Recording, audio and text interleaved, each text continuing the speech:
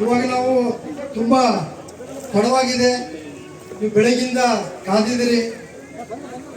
ಈಗ ನಾವು ಹೆಚ್ಚಿಗೆ ಮಾತಾಡ್ಬೇಕಾ ಇಲ್ಲ ಸ್ವಲ್ಪ ಮಾತಾಡ್ಬೇಕಾ ಹೇಳ್ಬೇಕು? ಕೇಳೋ ತಾಳ್ಮೆ ಇದೆಯಾ ಅಥವಾ ತಾಳ್ಮೆ ಇಲ್ವಾ? ಯಾಕಂದ್ರೆ ನಾನೇ ಉಳ್ಕೊಂಡೆ ಅಂದ್ರೆ ನಮಗೂ 108 ಕೆಲಸಗಳಿವೆ, ಹಲವಾರು ಕೆಲಸಗಳಿವೆ. ಆದರೆ ನಮ್ಮ ಸಮಾಜದವರು ಯಾವುದೋ ಒಂದು ಕೆಲಸ ಮಾಡ್ಬೇಕಾದಾಗ ಪಾಪ 15 ದಿನದಿಂದ ಬಹಳ ಕಷ್ಟಪಟ್ಟು ಬಡವ್ರಿಗೆ ಅದೇ ದೊಡ್ಡ ಕೆಲಸ. ಶ್ರೀಮಂತರಿಗೆ 108 ಕೆಲಸ ಆದರೆ ಅದು ಸಣ್ಣ ಸಮಾಜದಲ್ಲಿ ಇವ್ರಿಗೆ ಇದೇ ದೊಡ್ಡ ಕೆಲಸ. 15 ದಿನದಿಂದ ಹಳ್ಳಿಗಳಲ್ಲಿ ತಿರುಗಿ ಅವ್ರ ಕೈಲಾದಷ್ಟು ಬಡತನದಿಂದ ದುಡ್ಡು ಎತ್ತಿ ಮಾರುಸಿ ಜಯಂತಿ ಮಾಡಬೇಕು ಅಂತೇಳಿ ಇಷ್ಟೆಲ್ಲ ಕಾರ್ಯಕ್ರಮ ಮಾಡಿದ್ರಿಂದ ಬಸವಣ್ಣವ್ರಿಗೆ ಹೇಳಿದೆ, ನಿಮ್ಮ ಕೆಲಸ ಇದ್ರೆ ಹೊರಟು ಬಿಡಿ. ಆದರೆ ನಾವಾದರೂ ಕೂಡ ನಮ್ಮ ಸಮಾಜದ ಬಂಧುಗಳು ಕಾದಿದ್ದಾರೆ ಪಾಪ. ಅವರು 15 ದಿನದಿಂದ ಕಷ್ಟಪಟ್ಟಿದ್ದಾರೆ. ಅದಕ್ಕೆ ನಿಮ್ಮದೇ ಒಂದು 10 ನಿಮಿಷ ಮಾತಾಡಿ ಪೂರ್ಣ ಮಾಡಿ ಹೋಗ್ತೀನಿ ಅಂತೇಳಿ ನಾವಿವತ್ತು ನಿಮಗೆ ಈಗಾಗಲೇ ದೇವರಾಜು ಅವರು, ಬಸವರಾಜಣ್ಣ ಅವರು ತುಂಬ ವಿಚಾರಗಳನ್ನು ಮಾತಾಡಿದ್ದಾರೆ.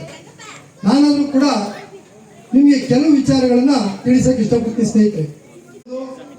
ಅಂಬೇಡ್ಕರ್ ಇರ್ಬೋದು, ಕನಕದಾಸರು ಇರ್ಬೋದು, ಭಗೀರಥ ಇರ್ಬೋದು, ಇಂಥ ಮಹಾಪುರುಷರುಗಳು ಯಾವುದೇ ಒಂದು ಜಾತಿಗೆ ಸೀಮಿತ ಅಲ್ಲ. ಅವರು ಸಮಾಜದ ಆಸ್ತಿ, ಪ್ರತಿಯೊಂದು ಸಮಾಜಕ್ಕೆ ಕೊಡುಗೆ ಕೊಟ್ಟಿರೋದು. ಯಾವುದೋ ಜನಾಂಗ ನೋಡ್ಕೊಂಡು ಕೊಡುಗೆ ಕೊಟ್ಟಿರೋ ವಾಲ್ಮೀಕಿ, ಮಹರ್ಷಿ, ರಾಮಾಯಣ ಯಾವುದೋ ಒಂದು ಜನಕ್ಕಲ್ಲ. ಅಥವಾ ನಮ್ಮ ಕನಕದಾಸರು ಅವತ್ತೇ ಹೇಳಿದ್ರು, ಕುಲ ಕುಲ ಎಂದು ಹೇಳೋದಿಲ್ಲ. ಯಾಕೆ ಇದು ಮಾಡಿ ಕುಲದ ನೆಲವನ್ನು ನೀವು ಎಲ್ಲಿ ಬಂದಿರ ಅಂತ. ನಾವು ಮತ್ತೆ ಯಾವ ಕುಲದವರಪ್ಪ ಅಂತ ಕೇಳ್ತೀವಿ, ಆಯ್ತಾ? ಅವರು ಎಲ್ಲ ಸಮಾಜಕ್ಕೆ ಬೇಕಾದ ಆಸ್ತಿನ ಕೊಟ್ಟಿರೋದು. ಇವತ್ತು ಎಲ್ಲ ಸಮಾಜದಲ್ಲೂ ಕೂಡ ಐತಿಹಾಸಿಕ ಪುರುಷರುಗಳಿದ್ದಾರೆ. ಆದರೆ ನಾಯಕ ಜನಾಂಗದಲ್ಲಿ ಸ್ವಲ್ಪ ಹೆಚ್ಚಿನ ಜನ ಐತಿಹಾಸಿಕ ಪುರುಷರು ಇರೋದನ್ನ ನೋಡಿದ್ದೀವಿ.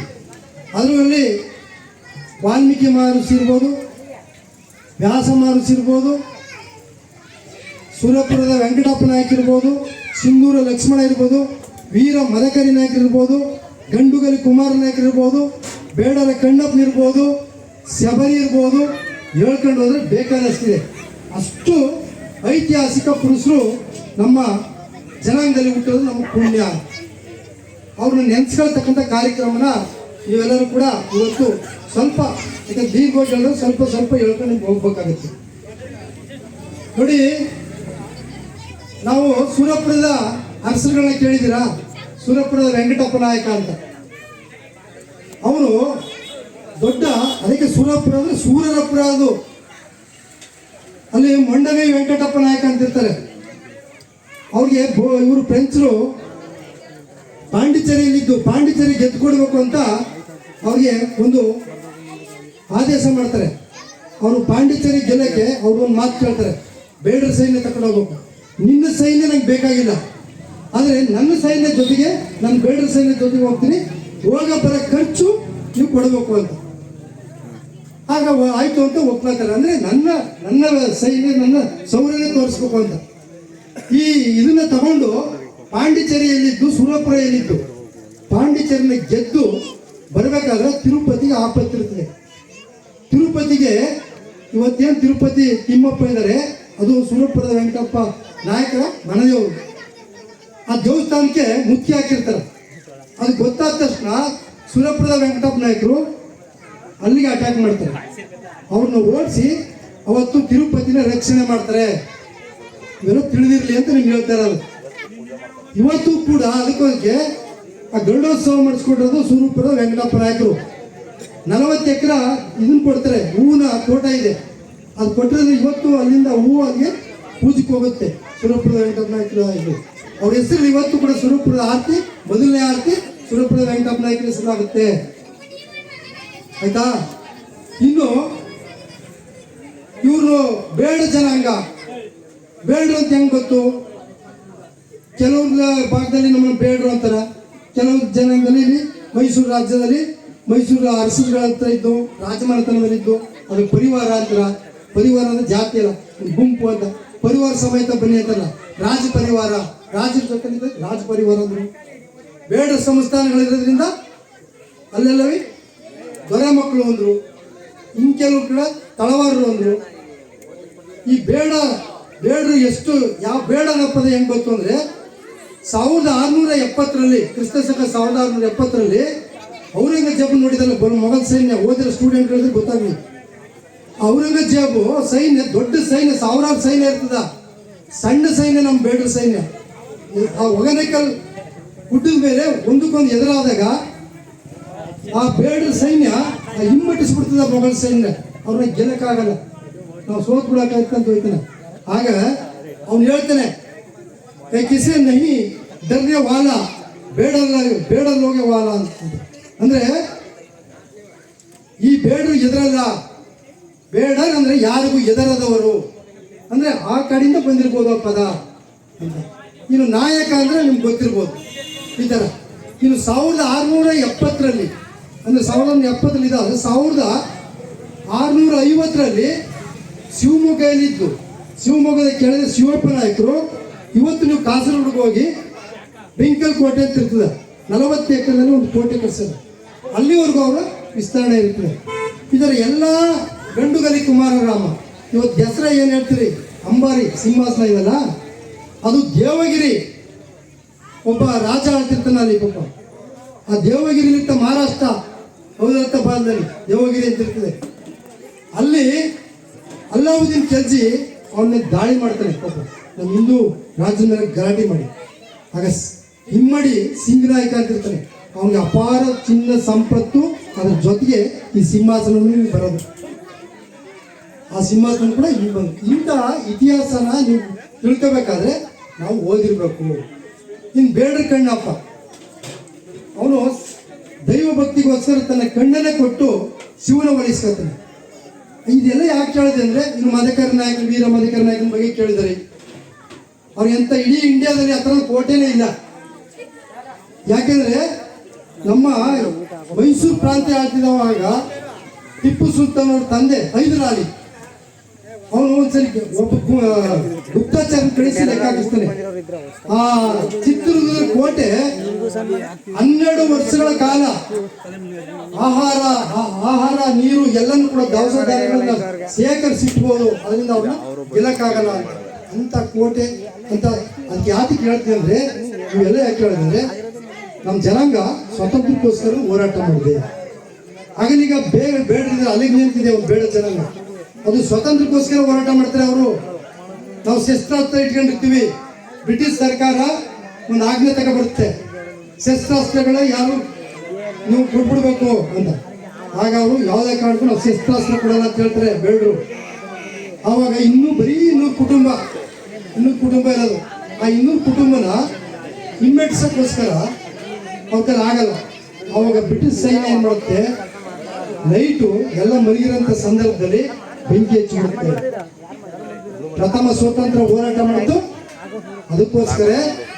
ನಾವು ಹೇಳೋದು, ದೈವ ಭಕ್ತಿಗೋಸ್ಕರ ಕಣ್ಣು ಕೊಟ್ಟ ಸಮಾಜ ಅದು ನಾಯಕ ಸಮಾಜ. ಗುರು ಭಕ್ತಿಗೋಸ್ಕರ ಬೆರಳು ಕೊಟ್ಟ ಸಮಾಜ ಅದು ನಾಯಕ ಸಮಾಜ. ಈ ದೇಶದ ರಕ್ಷಣೆಗೋಸ್ಕರ ಕಟ್ಟಿಗೆ ಹಿಡಿದ ಸಮಾಜ ಅದು ನಾಯಕ ಸಮಾಜ. ಇದು ಇತಿಹಾಸ. ಇನ್ನು ವಾಲ್ಮೀಕಿ ಮಹರ್ಷಿಗಳ ಬಗ್ಗೆ ನಮ್ಮ ಹುಡುಗಿ ಚೆನ್ನಾಗಿ ಹೇಳ್ತು.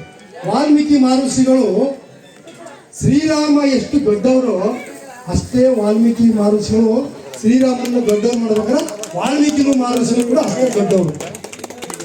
ಅವರು ಯಾಕಂದ್ರೆ ಎಲ್ಲರೂ ಹೇಳಕ್ಕಾಗಲ್ಲ, ಫುಲ್ ಈಗಾಗಲೇ ತುಂಬಾ ಟೈಮ್ ಆಗಿದೆ.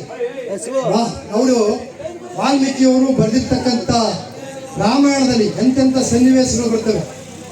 ಒಂದು ಸಮಾಜದಲ್ಲಿ, ಒಂದು ಸಂಸಾರದಲ್ಲಿ ರಾಮ ಗಂಡನಾದವನು ಶ್ರೀರಾಮಚಂದ್ರನ ಥರ ಇರಬೇಕು, ಹೆಂಡತಿ ಆದವಳು ಸೀತಾಮಾತ ಥರ ಇರಬೇಕು, ಯಾವನ ತಮ್ಮ ಇದ್ರೆ ಲಕ್ಷ್ಮಣನ ಥರ ಇರಬೇಕು. ಏನಾದರೂ ಒಂದು ಅಳಿಲು ಸೇವೆ ಇದ್ರೆ ಅದು ಅಳಿಲಿರ್ತಲ್ಲ, ಹಳ್ಳಿ ಕುಂಚ ಅಂತೀವಲ್ವಾ, ಅದರ ಅಳಿಲು ಸೇವೆ ಮಾಡಬೇಕು. ಏನಾದ್ರು ಸ್ವಾಮಿ ನಿಷ್ಠೆ ಇದ್ರೆ ಅದು ನಮ್ಮ ಹನುಮಂತನ ಥರ ಇರಬೇಕು ಸ್ವಾಮಿ ನಿಷ್ಠೆ ಅಂತ. ಯಾಕಂದ್ರೆ ಹನುಮಂತ ಅಷ್ಟು ನಿಷ್ಠೆ ಅಷ್ಟು ದಾಸನಾಗಿದ್ರು ಅವನು ನೋಡಿ ನೀವು, ಅವನು ಎಷ್ಟು ಎಲ್ಲಿ ನೋಡಿ ನೀವು ಶ್ರೀರಾಮನ ಮಂದಿರ ಎಲ್ಲಿರುತ್ತೆ ಅಲ್ಲಿ ನಮ್ಮ ಹನುಮಂತನ ಫೋಟೋ ಇರ್ತದೆ, ಆಂಜನೇಯನ ಫೋಟೋ, ಹನುಮಂತ ಇದ್ದೇ ಇರ್ತಾನೆ. ಆದ್ರೆ ಹನುಮಂತ ಎಲ್ಲಿರ್ತಾರಲ್ಲ ಶ್ರೀರಾಮನ ಫೋಟೋ ಇರಲ್ಲ. ಅಂದ್ರೆ ಇಡೀ ಇಂಡಿಯಾದಲ್ಲಿ ಎಲ್ಬೇಕು ಹೋದ್ರು ಒಬ್ಬ ದಾಸರಾದವರು ಕೂಡ ಶ್ರೇಷ್ಠನಾಗ್ಬೋದು ಅಂತ ಅದು ಜಗತ್ತಿಗೆ ತೋರಿಸ್ಕೊಟ್ರು. ಅಂದ್ರೆ ನಾವು ಇದರ ರಾಮಾಯಣದಲ್ಲಿ ಬರೀ ಪಾತ್ರಗಳನ್ನ ನೀವೆಲ್ಲರೂ ಕೂಡ ಓದಬೇಕು. ಈ ನಮ್ಮ ಸವಿತಾ ಮಗಳು ಬಂದು ಹೇಳ್ತು, ಏನ್ ಹೇಳ್ತು ಅವ್ರಿಗೆ ಅಂದ್ರೆ, ವಾಲ್ಮೀಕಿ ಮಹರ್ಷಿ ನಮ್ಗೆ ಏನ ಈ ತರ ವಾಲ್ಮೀಕಿ ಮಹರ್ಷಿ ಅವರು ರಾಮಾಯಣ ಬಂದರು, ಅವರ ರತ್ನಾಕರ ಅಂತ ಹೇಳಿದ್ರು. ಅವ್ರಿಗೆ ಇನ್ನೊಂದು ಪಟ್ಟ ಕಟ್ಟಿದ್ರು, ಅಲ್ಲಿ ಅವ್ರು ಹೇಳಿಲ್ಲ, ಹೇಳ್ಬಾರ್ದು ಅಂತ ಅವ್ರು ದರೋಡೆ ಮಾಡ್ತಿದ್ರು, ಕಳ್ತನ ಮಾಡ್ತಿದ್ರು. ಶ್ರೀರಾಮಚಂದ್ರ ನಾಗಮುನಿಗಳು ಬಂದಾಗ ಅವರು ದರೋಡೆ ಮಾಡಕೊಂಡು ಹೋಗಿದ್ರು. ಆಗ ಆ ದರೋಡೆ ಮಾಡಿದಾಗ ಅದು ಸುಪ್ರಸಿದ್ಧವಾದ ಒಂದು ದಂತಕಥೆ ಅದು ಅಷ್ಟೇ. ಆ ದರೋಡೆ ಮಾಡ್ತಿದ್ರು ಅವರು ಅದಕ್ಕೆ ಹೇಳಿದ್ರು. ಅವಾಗ ಈ ನಾಗಮುನಿಗಳು ನೋಡಪ್ಪ ಯಾಕೆ ಮಾಡ್ತೀವಿ ಗೊತ್ತರೆ ಕಸ್ಬಿ ಒಂದು ಅಂತ ಹೇಳಿದ್ರು. ನಿಮ್ ತಂದೆ ತಾಯಿ ಕೇಳ್ಕೊಂಬಂದ್ರು, ಅವರು ಕೇಳಿದ್ರು, ಅವರು ಈ ಕರಂದನ್ನು ಭಾಗಿಯಾಗಲ್ಲ ಅಂತ ಹೇಳಿದ್ರು. ಆಗ ವಾಲ್ಮೀಕಿ ಮಹರ್ಷಿಗಳಿಗೆ ಜ್ಞಾನ ಬಂದ್ಬಿಟ್ಟು ನಾವು ನಾಲ್ಕು ಅವ್ರಿಗೆ ಮಹರ್ಷಿಗಳು ಮಾಡಿದ್ರು. ಯಾರಪ್ಪ ಗಲಾಟೆ ಮಾಡ್ತಿದ್ರು, ಅದನ್ನ ಮಾಡಬಾರ್ದು ಅನ್ನೋದನ್ನ ಹೇಳಿದ್ರು ಅಂತ. ಈ ಕಥೆನ ಯಾರ್ಯಾರು ಒಪ್ಬೇಕಾ? ವಾಲ್ಮೀಕಿ ಮಹರ್ಷಿಗಳು ದರೋಡೆಕೋರರು, ಅವ್ರನ್ನ ಕವಿನ ಇನ್ನೊಬ್ರು ಮಾಡಿದ್ರು, ಇದನ್ನ ನಾವು ಒಪ್ಪಬೇಕಾ? ಒಪ್ಪಬಾರ್ದು. ಯಾಕೇಳಿ ಅದು ದಂತಕಥೆ ಅಷ್ಟೇ. ಈ ದೇಶದಲ್ಲಿ ಯಾರೋ ಬರ್ದಿರ್ತಕ್ಕಂಥವ್ರು ಮೈಂಡ್ ಸೆಟ್ ಈ ದೇಶದಲ್ಲಿ ಇಂಡಿಯನ್ ಹಿಸ್ಟ್ರಿ ಓದೋದು ಗೊತ್ತಾಗುತ್ತೆ. ಓದಿರೋರು ಕ್ರಿಸ್ತಶಕ 200 ಮತ್ತು 300 ನಡುವೆ ಗುಪ್ತ ಪೀಳಿಯಿಂದ ಆಚೆ ಹೋದ್ರೆ ನಾವೆಲ್ಲರೂ ಕೂಡ ಕೃಷಿ ವರ್ಗ, ಏನ್ ಸೂತ್ರಗಳಲ್ಲರೂ ಕೂಡ ರಾಜರಾಗಿದ್ರು, ಬೇಡರಾಗಿದ್ರು ಎಲ್ಲ ಕೂಡ ಒಳ್ಳೊಳ್ಳೆ ಇದರಲ್ಲೇ ಇದ್ರು ಅಂತ ಹೇಳ್ತಾರೆ. ಅದನ್ನ ನಮ್ಮ ಇವರು ಕೂಡ ಹೇಳ್ತಾರೆ, ಯಾರು ಕುವೆಂಪು ಅವರು ಕೂಡ ಎಲ್ಲೂ ಕೂಡ ವಾಲ್ಮೀಕಿನ ಹತ್ರ ಹೇಳಲ್ಲ. ಈ ಕಥೆನ ನಾವು ಯಾರು ಒಪ್ಬಾರ್ದು ಆಯ್ತಾ. ವಾಲ್ಮೀಕಿ ಸಂವೇದನಶೀಲ ಬೇಡ, ಅವ್ನು ರಾಜನಾಗಿದ್ದ, ಒಳ್ಳೆ ತರಬೇತಿ ಹೊಂದಿರ್ತಕ್ಕಂಥ ಬೇಡ ಅವನು ಅನ್ನೋದನ್ನ ನೀವು ತಿಳ್ಕೋಬೇಕು. ಅದಕ್ಕೆ ನೋಡಿ ಕುವೆಂಪು ಅವ್ರು ಏನ್ ಹೇಳ್ತಾರೆ ಅಂದ್ರೆ, ಕುವೆಂಪು ಹೇಳ್ತಾರೆ ವಾಲ್ಮೀಕಿ ನಿಸಾದರ ಕುಲದಲ್ಲಿ ಹುಟ್ಟಿದವನು. ನಿಸಾದರು ಅತ್ಯಂತ ಅಜ್ಞಾನಿಗಳಿಂದಾಗಲಿ ಅಥವಾ ಕ್ರೂರಿಗಳಿಂದಾಗಲಿ ಕಾಡು ಜನರಿಂದಾಗಲಿ ಭಾವಿಸಬೇಕಾಗಿಲ್ಲ. ಯಾಕೆಂದ್ರೆ ಶ್ರೀರಾಮಚಂದ್ರನ ಪ್ರಿಯ ಸ್ನೇಹಿತನಾದಂಥ ಗುಹ ಬೇಡರ ದೊರೆಯಾಗಿದ್ದ. ಅವ್ರು ಬೇಡರ ದೊರೆಯಾಗಿದ್ದ ಅಂತ ಗಮನಿಸಿದ್ರೆ ಈ ಜನಾಂಗಕ್ಕೂ ಕೂಡ, ವಾಲ್ಮೀಕಿ ಜನಾಂಗಕ್ಕೆ ಅವ್ರದ್ದೇ ಆದ ವಿದ್ಯೆ, ನೆಲೆ, ಸಂಸ್ಕೃತಿ ಇದ್ದವು ಅಂದ್ರೆ ಒಪ್ಕೊಳ್ಳೇಬೇಕು ಅಂತ. ಅವ್ರು ಮುಂದುವರೆದು ಏನ್ ಹೇಳ್ತಾರೆ ಅಂದ್ರೆ, ನೋಡಿ ವಾಲ್ಮೀಕಿ ಅವ್ನು ಬೇಡನಾಗಿರೋದ್ರೆ ರಾಮಾಯಣಕ್ಕೊಂದು ಬೆಲೆ ಬತ್ತು ಅಂತ ಹೇಳ್ತಾರೆ. ವಾಲ್ಮೀಕಿ ಬೇಡನಾಗಿರೋದ್ರೆ ಅವನಿಗೊಂದು ಬೆಲೆ ಬತ್ತು. ಕವಿ ತಾನು ನೆಚ್ಚಿನ ಕಂದನನ್ನು, ಕವಿ ಆಗೋಕ್ಕೆ ಮುಂಚೆ ತನ್ನ ನೆಚ್ಚಿನ ಕಂದನನ್ನು ವ್ಯಾಲನಾಗಿ ಜನಿಸುವಂತೆ ತನ್ನ ಪತಿಯನ್ನು ವಾಗ್ದೇವಿ ಪ್ರೇರೇಪಿಸಿದಳು.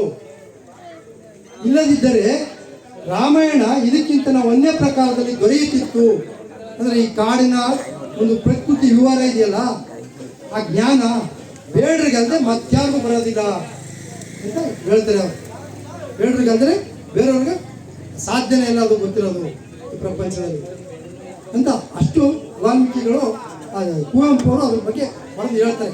ಅಷ್ಟೇ ಅಲ್ಲ, ಅವ್ರು ಏನು ಹೇಳ್ತಾರೆ ವಾಲ್ಮೀಕಿ, ಯಾಕಂದ್ರೆ ಅವರು ಇದನ್ನ ಸ್ವಲ್ಪ ನಿಮಗೆ ಗೊತ್ತಾಗ್ಲಿ, ಯಾಕಂದ್ರೆ ಇತಿಹಾಸ ತಿಳ್ಕೊಂಡ್ರೆ ಕಷ್ಟ ಆಗುತ್ತೆ. ವಾಲ್ಮೀಕಿ ಬಗ್ಗೆ ಇಲ್ಲ ಸಲ್ಲದಗಳ ಆರೋಪಗಳನ್ನ ಮಾಡ್ತಾರೆ. ಇಂಥ ಮಹಾಕವಿಗೆ ಅಂತ ಒಂದು ಇದನ್ನ ಹುಟ್ಟಿಸಬಾರದು. ಅದರಿಂದ ವಾಲ್ಮೀಕಿ ಅವರು, ಕುವೆಂಪು ಅವರು ಇನ್ನೊಂದು ಮಾತಾಡ್ತಾರೆ, ಏನಂತಂದ್ರೆ ನೋಡಿ ವಾಲ್ಮೀಕಿ ಬರೆದಿರ್ತಕ್ಕಂಥ ರಾಮಾಯಣ ಎಷ್ಟು ಶ್ರೇಷ್ಠವಾಗಿದೆ ಅಂದ್ರೆ, ಇಲ್ಲಿಂದ ಇಲ್ಲಿ ನಮ್ಮ ಕಾಶ್ಮೀರದಿಂದ ಕನ್ಯಾಕುಮಾರಿವರೆಗೂ ಒಂದು ಎಮೋಷನಲ್ಲಿ ಇಟ್ಕೊಳ್ತಕ್ಕಂಥ ಕಾವ್ಯ ಯಾವ್ದಾರ ಇದ್ರೆ ಅದು ರಾಮಾಯಣ ಮಾತ್ರ ಅಂತ. ಎಮೋಷನಲ್ಲಿ ರಾಮ ಅದನ್ನು ಅದಕ್ಕೆ ಹೇಳ್ತಾರೆ ಅವರು, ಒಂದು ದೊಡ್ಡ ಮಾತು ಹೇಳ್ತಾರೆ ಅವರು, ಎಂಥ ಸೈನ್ಯವಾಗಲಿ, ಅದೆಂಥ ರಾಜಕಾರಣ ನೈಪುಣ್ಯವಾಗಲಿ, ಹಿಂದೆಂದು ಸಾಧಿಸಿ ರಕ್ಷಿಸಲಾರದಂತಹ ನಮ್ಮ ಸಂಸ್ಕೃತಿಯನ್ನು, ಅಖಂಡತೆಯನ್ನು, ದೇಶದ ಅಖಂಡತೆಯನ್ನು, ಐಕ್ಯತೆಯನ್ನು ಶತಮಾನಗಳಿಂದ ಸಾಧಿಸಿ ರಕ್ಷಿಸಿಕೊಂಡು ಇಂದು ಮುಂದೂ ಕೂಡ ಅದನ್ನು ರಕ್ಷಿಸಿಕೊಂಡು ಬರೋದಲ್ಲಿ ಸಂದೇಹವಿಲ್ಲ. ಇಂಥ ಸಾಧನೆ ಮಾಡಿದಂಥ ಕೀರ್ತಿ ನಮ್ಮ ವಾಲ್ಮೀಕಿ ಮಹರ್ಷಿಗಳೇ ಸಲ್ಲುತ್ತದೆ. ಅದರಿಂದ ವಾಲ್ಮೀಕಿ ಮಹರ್ಷಿಗಳು, ನೀವು ಯಾಕಂದ್ರೆ ವಾಲ್ಮೀಕಿ ಮಹರ್ಷಿಗಳನ್ನ ಅಂಬೇಡ್ಕರ್ ಆಗಿರ್ಬೋದು, ಅವ್ರನ್ನ ದೇವ್ರ ಮಾಡಿ ಕುಣಿಸ್ಬಿಡ್ತೀವಿ ನಾವು. ನೀವಾಯ್ತಲ್ಲ, ದೇವ್ರ ಮಾಡಿ ಕುಣಿಸಿದ್ರು ಕುಣಿಸ್ಬಿಡ್ತೀವಿ. ಅದು ದೇವ್ರ ಮಾಡಿ ಕುಣಿಸೋದಲ್ಲ, ಅವ್ರನ್ನ ಅನುಸರಿಸ್ಬೇಕು. ಆಚರಣೆ ಮಾಡೋದೇ ಬೇರೆ, ಅನುಸರಣೆ ಮಾಡೋದೇ ಬೇರೆ. ವಾಲ್ಮೀಕಿ, ಅಂಬೇಡ್ಕರ್, ಕನಕದಾಸರನ್ನ ಅವ್ರು ಏನು ಹೇಳಿದ್ರು ತತ್ವ ಸಿದ್ಧಾಂತ ಅನ್ನೋದನ್ನ ನಾವು ಅನುಸರಿಸ್ಬೇಕು. ಈಗ ನೋಡಿ, ಅಂಬೇಡ್ಕರ್ ಅವರು ದೊಡ್ಡ ಜ್ಞಾನಿ, ಸಂವಿಧಾನ ಬರ್ಕೊಟ್ಟಂತ ಶಿಲ್ಪಿ ನಮಗೆ ಅಲ್ವಾ, ಪ್ರಥಮ ಕಾನೂನು ಮಂತ್ರಿ ಅವರು, ಅಂತ ಕಾನೂನು ಪಂಡಿತ. ಇವತ್ತು ನಮ್ಮ ಸುಪ್ರೀಂ ಕೋರ್ಟ್ಗಳಲ್ಲಿ ಅಥವಾ ಹೈಕೋರ್ಟ್ಗಳಲ್ಲಿ ಯಾರು ಜಡ್ಜ್ಗಳು ಇರಬೇಕಾಗಿತ್ತು? SC ST OBC ಅವರು ಇರಬೇಕಾಗಿತ್ತು. ಇದರ 1% ಇಲ್ಲ. ಯಾಕೆ? ನಾವು ಅವ್ರು ದೇವ್ರು ಮಾಡಿಬಿಟ್ಟಿವಿ. ದೇವ್ರು ಮಾಡ್ಬಿಟ್ಟು ವರ್ಷ 100 ಹಾಕ್ತೀವಿ. ಆದ್ರೆ ಅವ್ರು ಅನುಸರಣೆ ಮಾಡಲಿಲ್ಲ, ಅವ್ರ ಹತ್ರ ಕಾನೂನು ಪಂಡಿತರಾಗಲಿಲ್ಲ ನಾವು. ಗೊತ್ತಾಯ್ತಾ? ಅದರಿಂದ ನಾವು ಬದಲ್ಪುರದ ಗ್ರಾಮಸ್ಥರಲ್ಲಿ ಯುವಕ ಮಿತ್ರ ನಿಮ್ಗೆ ಹೇಳೋದಂದ್ರೆ ಅದೇ ರೀತಿ ನಾವು ಕೂಡ ಅವ್ರನ್ನ ದೇವರಾಗಿ ಮಾಡೋದಲ್ಲ. ಇನ್ಮೇಲೆ ವಾಲ್ಮೀಕಿ ದೊಡ್ಡ ವಿದ್ವಾಂಸರು, ಒಬ್ಬ ರಾಜ, ಅವ್ರ ವಿದ್ವತ್ತನ್ನ ನಾವು ಕಲ್ತ್ಕೋಬೇಕು. ನಮ್ಮ ಬಾಳಲ್ಲಿ ನಾವು ಒಬ್ಬ ವಿದ್ವಾಂಸರಾಗಬೇಕು. ನಾವು ಹೇಳಿದ್ವಿ, ಇವತ್ತು ಕಟ್ಗಿಡಿದ್ರೆ ಆಗಲ್ಲ. ಈಗ ಮದಕರ ನಾಯಕ ಅಂದ್ರೆ ಖುಷಿ, ಆದರೆ ವಾಲ್ಮೀಕಿ ಅಂದ್ರೆ ಮಾಡಲ್ಲ. ಇವತ್ತು ಕಟ್ಗಿಡ್ಕೊಂಡು ಅರೆಸ್ಟ್ ಮಾಡ್ತಾರೆ ನಿಮ್ಮ ಪೊಲೀಸ್ನವರು. ನೋಡೋಣ, ಅರೆಸ್ಟ್ ಮಾಡಲ್ಲ. ಇಂಥ ತಿರುಗಾಗಿದ್ದ ನಾವು. ಆದರೆ ಪೆನ್ ಹಿಡೀರಿ, ಯಾರನ್ನ ಬೇಕಾದ್ರೂ ಎದುರಿಸ್ಬೋದು. ಗೊತ್ತಾಯ್ತಾ? ಅದಕ್ಕೆ ಬಾಬಾ ಸಾಹೇಬ್ ಅಂಬೇಡ್ಕರ್ ಹೇಳ್ತಾರೆ, ಸಂಘಟನೆ, ಶಿಕ್ಷಣ, ಹೋರಾಟ. ಸಂಘಟನೆ ಅಂದ್ರೆ ಏನು? ಈಗ ಮಾಡಿದ್ರೆ ಇದೆ ಸಂಘಟನೆ. ಹೋರಾಟ, ಶಿಕ್ಷಣ ಮಾಡ್ಬೇಕು. ಶಿಕ್ಷಕರು ಮಾಡ್ಬೇಕು, ನೀವು ಮಕ್ಕಳಿಗೆ ವಿದ್ಯಾವಂತರು ಮಾಡ್ಬೇಕು, ಚೆನ್ನಾಗಿ ಓದಿಸ್ಬೇಕು ಮಕ್ಕಳನ್ನ. ನಾವು ಇಲ್ಲಿ ಕುರುಬ ಜನಾಂಗದವರು, ಇದೆಲ್ಲ ಬ್ಯಾಕ್ವರ್ಡ್ ಇರೋದು ಕುರುಬ ಜನಾಂಗದವರು. ನಾನು ಕೇಳಿದ್ದೀನಿ ಇಲ್ಲಿ, ಇದು ನನ್ನ ಚಿಕ್ಕಮ್ಮನ ಮನೆ, ಚಿಕ್ಕ ವಯಸ್ಸಿನಲ್ಲಿ ಗೊತ್ತಿದೆ. ಅದಕ್ಕೋಸ್ಕರ ನಾನು ನಿಧಾನಕ್ಕೆ ಮಾತಾಡ್ತೀನಿ. ಹೋಯಪ್ಪ ಬಸವಣ್ಣ, ನಾನು ತುಂಬ ದಿನ ಆಗದ ಇಲ್ಲಿ ಅಂತ ಹೇಳಿದ್ದು. ಗೊತ್ತಾಯ್ತಾ? ನಾವೆಲ್ಲ ಬ್ಯಾಕ್ವರ್ಡ್ಗಳಾದ್ರಿಂದ ಮುಂದುವರೆದ ಜನಾಂಗದವ್ರನ್ನ ಆಸ್ತಿಲಾಗಲಿ ಹಣದಲ್ಲಾಗಲಿ ನಾವು ಫೈಟ್ ಮಾಡೋಕ್ಕಾಗಲ್ಲ. ವಿದ್ಯೆದಲ್ಲಿ ಮಾತ್ರ ನಾವು ಫೈಟ್ ಮಾಡ್ಬೇಕಾಗಿರೋದು. ಈ ವಿದ್ಯಾವಂತರಾದ್ರೆ ಏನು ಮಾಡೋದು ಸಾಧ್ಯ ಮಾಡ್ಬೋದು ಅಲ್ವಾ? ಬೇಕಾಗಿರೋಂಥ ವಾಲ್ಮೀಕಿ ರಾಮಾಯಣನ ಬರೆದ್ರು.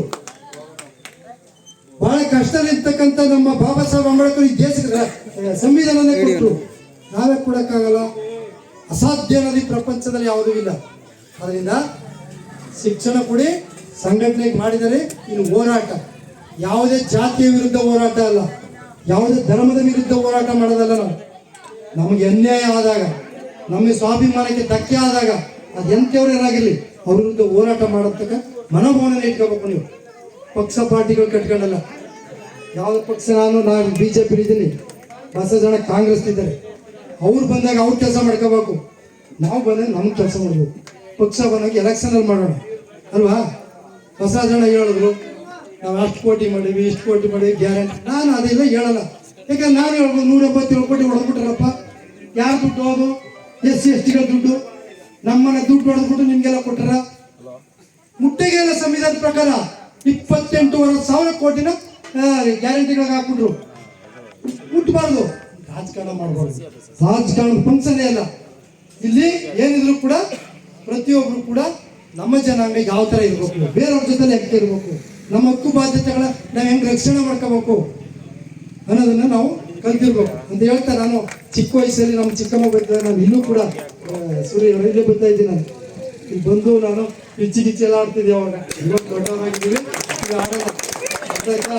ಒಂದ್ಸರಿ ನನ್ನ ಕಾಲೇಜ್ಗೆ ಹೋಗಿ ನಾನು SLC ಓದ್ತಿದ್ದೆ. ಅವಾಗ ಸಿದ್ದರಾಮಯ್ಯ ನೋಡಿ ಖುಷಿಯಾಗಿ, ಈಗ ಇಷ್ಟೊಂದು ಕೆಲಸ ಮಾಡ್ರಂತ ಇದೆಲ್ಲ ಕಲ್ಲು ಮುಟ್ಟಿ. ನಾನು ಒಂದು ಸ್ವಲ್ಪ ಬರ್ಬೇಕಾದ್ರೆ ನಾನು ಸೈಕಲಲ್ಲಿ ನನ್ನ ಫ್ರೆಂಡ್ ಕರ್ಕೊಂಡ್ಬಿಟ್ಟು ನನಗೇನು ಈಜು ಬರ್ತಾನು ಬರಲ್ಲ. ನಮ್ಮವ್ರು ಏನಾಗ ತೆಪ್ಪ ಓಡಿಸ್ತಿದ್ದು ಕಲ್ಲಳ್ಳಿ ಅಲ್ಲಿ ಬಂದೆ. ಅಲ್ಲಿ ಯಾರು ಇಲ್ಲ. ನೋಡಿದೆ, 2 ಟೈಮ್ ನೋಡಿದೆ. ಆ ಕಡೆ ಕರಲು ಇಲ್ಲ, ಈ ಕಡೆ ಯಾರೂ ಇಲ್ಲ. ಎತ್ತಿ ಸೈಕಲ್ ಮುಳಿದೆ ಬರೋತ್ತು ಅಂದೆ ಅದೇ ಬಿಚ್ಚಾಕ್ಬಿಟ್ಟ ಇದಿತ್ತಲ್ಲ ಪ್ರೆಸ್ ಮಾಡಿದೆ ಮುಂದೆ ಕೊಟ್ಟೋಗ್ಬಿಡ್ತಾರೆ ಮಧ್ಯೆ ಕೊಟ್ಟೋಗ್ಬಿಟ್ಟು ಗರಿಗೆ ಅಂತ ನೀವು ಕಿಚ್ಚಕ್ಕೆ ಶುರು ಮಾಡ್ಬಿಟ್ಟ ಹುಡುಗ ನನ್ನ ಜೊತೆ ಈಜ್ ಬರಲ್ಲ ಏನು ಎದುರಿಗೆ ಆಮೇಲೆ ಬಂದೆ ಓಡಿಸ್ಕೊಂಡು ಏನು ನಮ್ಮ ಮನೇಲಿ ನಮ್ಮ ಅಜ್ಜಿ ನಮ್ಮ ಚಿಕ್ಕಮ್ಮ ಅಯ್ಯಪ್ಪ ಯಾಕಪ್ಪ ಅಂತ ಬಂದ್ಬಿಟ್ಟ ನಮ್ಗೆ ಹೇಳಿದ್ರೆ ನಮ್ಗೆ ಹೇಳೋಕ್ಕಾಗ್ತಿರಪ್ಪ ಅಂತೀನಿ ಹಂಗೆ ನಾನು ಕೂಡ ಕಷ್ಟದಿಂದ ಬಂದಿದ್ದೀನಿ ನಿಮ್ಮ ಕಷ್ಟ ಕಾರ್ಪಣ್ಯಗಳನ್ನು ನೋಡಿದ್ದೀನಿ ಯಾರನ್ನೂ ಕೂಡ ಎಲ್ಲ ಜನಾಂಗವನ್ನು ಪ್ರೀತಿಸಿ ಹಂಗಂತೇಳಿ ಯಾರ ಬಂದು ದೌರ್ಜನ್ಯ ಮಾಡಿದ್ರೆ ನಾವೇನು ಕೇಳದೇ ಇರಲ್ಲ ನಾವು ಸ್ನೇಹಕ್ಕೂ ಸಿದ್ಧವಾಗಿರಬೇಕು ಸಮರಕ್ಕೂ ಸಿದ್ಧವಾಗಿರ್ಬೇಕು ಅಂದ್ರೆ ಈ ಜಗತ್ತಲ್ಲಿ ಯಾರು ಕೂಡ ದ್ವೇಷದಿಂದ ಗೆದ್ದಿಲ್ಲ ಪ್ರಪಂಚದಲ್ಲಿ ಎಲ್ಲ ಕೂಡ ಪ್ರೀತಿಯಿಂದ ಗೆದ್ದಿರೋದು ಅದರಿಂದ ಎಲ್ಲರನ್ನೂ ಕೂಡ ಪ್ರೀತಿಯಿಂದ ಗೆಲ್ಲೋಣ ಅವ್ರಿಗೆ ಅರಿವು ಮೂಡಿಸೋಣ ನಾವು ಇನ್ನೊಬ್ಬರನ್ನ ಕಾಂಪಿಟೇಷನ್ ಮಾಡಿದ್ರೆ ಆಗಲ್ಲ SC STಗಳು ಈಗ ಆಯ್ತಪ್ಪ 20 ವರ್ಷದಿಂದ ನಾವು ಓದಿಲ್ಲ ನಮ್ಗೆ ಅದಿಲ್ಲ ಇದಿಲ್ಲ ಸವಲತ್ತಿಲ್ಲ ನಿಜ ಅವರೇನೋ ಓದ್ರು ಈಗೇನು ಮಲ್ಲಾಗ್ರಾಮಕ್ಕೆ ಓದಕ್ಕೆ ಎಲ್ಲ ಸೌಲಭ್ಯ ಅದ ಯಾಕೆ ನಾವು ಓದ್ತಾ ಇಲ್ಲ ಯಾಕೆ ನಾವು ಬಾಳ್ತಾ ಇಲ್ಲ ಆಯ್ತಾ ಇಲ್ಲ ಬ್ರಾಹ್ಮಣರ ಮಕ್ಕಳಿಗೆ ಯಾವುದೇ ರಿಸರ್ವೇಶನ್ ಇಲ್ಲ ಇವತ್ತು ಟಾಪಲ್ಲಿರೋರು ಅವ್ರಿಗೆ ನಾವು ಅವ್ರ ಮೇಲೆ ಹೊಟ್ಟೆ ಕಿಚ್ಬಿಟ್ರೆ ಆಗಲ್ಲ ಹೊಟ್ಟೆ ಕಿಚ್ಬಿಟ್ರೆ ನಮ್ಮ ಹೊಟ್ಟೆನೇ ಹೋಗೋದು ನಾವು ಅದು ಬಿಟ್ಬಿಟ್ಟು ನಾವು ಏನು ಮಾಡಬೇಕು ನಮ್ಮ ಕರ್ತವ್ಯ ಬಾಧ್ಯತೆಗಳನ್ನ ತಿಳ್ಕೊಂಡು ಪ್ರತಿಯೊಬ್ಬರು ಓದಬೇಕು ನಮ್ಮ ಮಕ್ಕಳನ್ನ ಓದಿಸಿ ಸಾಲನಾದ್ರೂ ಸರಿ ಸೋಲನಾದ್ರೂ ಕಷ್ಟಪಟ್ಟು ಓದಿಸಿ ನಮ್ಮ DT ಜಯಕುಮಾರ್ ಹೇಳ್ತೀವಿ ಸಿದ್ದರಾಮಯ್ಯನವರು ಅದೇ ಹೇಳ್ತೀವಿ ಎಲ್ಲ ನಮ್ಮ ಜೊತೆಲಿದ್ದವ್ರಿಗೆ ಆಯ್ತಾ ಜಯಕುಮಾರ್ ಅವರು BJP ಬಂದರು ನಾನು BJP ಬಂದೆ ಅರ್ಥಾಯ್ತಾ ಅದರಿಂದ ಕಷ್ಟಪಟ್ಟು ಓದಿಸಿ ಮಕ್ಕಳು ಯಾಕೆ ಹೇಳ್ತಿದ್ರೆ ನಾವು ಆಸ್ತಿ ಮಾಡಿದ್ರೆ ಮಗು ಮಾರ್ಕತ್ತೆ ಆಯ್ತಾ ಅಥವಾ ಇನ್ನೇನೋ ಮಾಡಿದ್ರೆ ಅದನ್ನ ಕೊಂಡ್ಕೊಳಕ್ಕಾಗಲ್ಲ ವಿದ್ಯೆನ ಗಿರುವಿಡಕ್ಕಾಗಲ್ಲ ಅದರಿಂದ ಓದಿ ಸಮಾಜದಲ್ಲಿ ಓದಿದ್ರೆ ಅಟ್ಲೀಸ್ಟು ಯಾರು ಒಳ್ಳೆಯವರು ಯಾರು ಕೆಟ್ಟು ಅರಿವು ತಿಳುವಳಿಕೆ ಜ್ಞಾನ ಬರುತ್ತೆ ಮಗುಗೆ ಆಗ ಸಮಾಜ ಉದ್ಧಾರ ಆಗುತ್ತೆ ನೀವು ಉದ್ಧಾರ ಆಗ್ತೀವಿ ಸಂಘದಲ್ಲಿ ಯಾವುದೇ ರಾಜಕಾರಣ ಮಾಡಬೇಡಿ ರಾಜಕೀಯ ಪಕ್ಷಗಳು ಇದ್ದಾರೆ ಬನ್ನಿ ಅವ್ರನ್ನೂ ಗೌರವ ಕೊಡಿ ಇವ್ರನ್ನೂ ಗೌರವ ಕೊಡಿ ಎಲ್ಲರನ್ನೂ ಕರೆಸಿ ಅವ್ರು ಮಾಡಿಸಿ ಎಲ್ಲ ಉಪಯೋಗ ತಗೊಳ್ಳಿ ಆಯ್ತಾ ಒಳ್ಳೇದು ನೀವು ದಿನ ಮಾಡ್ಬೇಕಾದ್ರೆ ಏನೋ ಗೊತ್ತಾ ಜಾಸ್ತಿ ಶಿಕ್ಷಣ ಓದ್ಕೊಳ್ಳಿ ಓದಿಸಿ ವಿಚಾರ ತಿಳ್ಕೊಂಡಾಗ ನಿಮ್ಗೆ ಗೊತ್ತಾಗೋದು ಈ ನಮ್ಮ ಸಂಘನಾಯಕರು ಪಾಪ ಸ್ವಲ್ಪ ಓದಿರ್ಬೋದು ಅವನಾಗದ ಪಾಪ ಈ ಶೇಖರಿವರೆಲ್ಲ ಗುದ್ದಾಡ್ಕೊಂಡು ಇಷ್ಟು ಮಾಡ್ರ ನಿಮ್ಗೇನು ಬಂದಿತ್ತು ಅವ್ರು ಈಗ ಅವ್ರನ್ನ ಅನ್ನೋಗಿಲ್ಲ ನೀವು ಆಯ್ತಾ ನಿಮ್ಗಳು ಓದಿದಾರಿ ನೀವು ಮಾಡಿ ಕೆಲಸ ಕಾರ್ಯಗಳು ಮಾಡಿ ಒಳ್ಳೇದು ಮಾಡಿ ಪ್ರೋತ್ಸಾಹ ಕೊಡಿ ಎಲ್ಲ ಅನ್ನಾಗಿದೆ ಕೇಳಿ ಅಂತ ಹೇಳ್ತಾ ನನ್ನ ಕರೆದು ಮಾತಾಡೋಕೆ ಅವಕಾಶ ಕೊಟ್ಟ ಎಲ್ರಿಗೂ ಹೊಂದಿಸಿ ನನ್ನ ಮಾತ್ಮ ಇದನ್ನು ಮುಗಿಸ್ತಾ ಇದ್ದೀನಿ ಜೈ ವಾಲ್ಮೀಕಿ. ನಮ್ಮ ಒಂದೆರಡು ಮಾತುಗಳ ಮೂಲಕ ಶ್ರೀ ವಾಲ್ಮೀಕಿ ಅವರ ಬಗ್ಗೆ